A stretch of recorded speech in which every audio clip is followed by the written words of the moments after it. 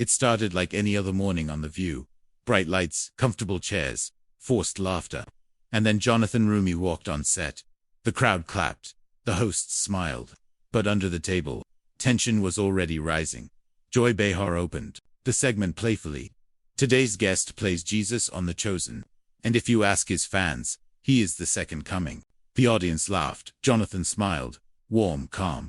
But he knew what this was. He wasn't just a guest. He was a challenge. Then came Whoopi, leaning in, smile tight, voice sharper than her tone.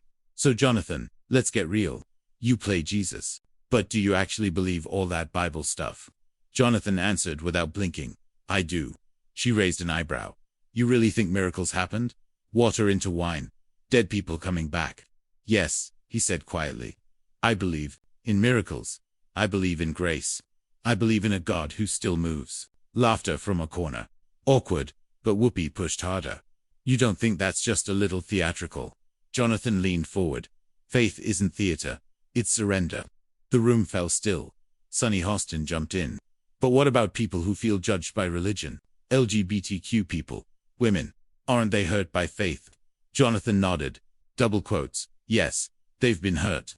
But that hurt wasn't from God. It was from people who used his name without his heart. The audience clapped. Slowly, then Whoopi dropped the real question. So, do you believe gay people go to hell? Dead silence. Jonathan looked at her. Soft, unwavering. I believe every soul is loved. And I don't get to write anyone's eternal story. Whoopi leaned back. That's a dodge. No, he replied. That's humility, Sonny whispered. That's beautiful. Jonathan turned to the camera. There's someone watching right now who thinks they're too far gone. You're not. You are loved. You are seen. Even now. Whoopi folded her arms. I used to believe. Back when I was little. Until someone told me my questions were too much. He looked at her gently. I'm sorry. That wasn't God.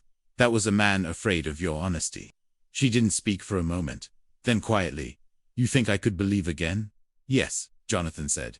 And you don't have to start big. Sometimes all it takes is one honest question. Whoopi looked away. Blinked quickly. I don't know if I'm ready. He smiled. God's not in a hurry. He'll wait.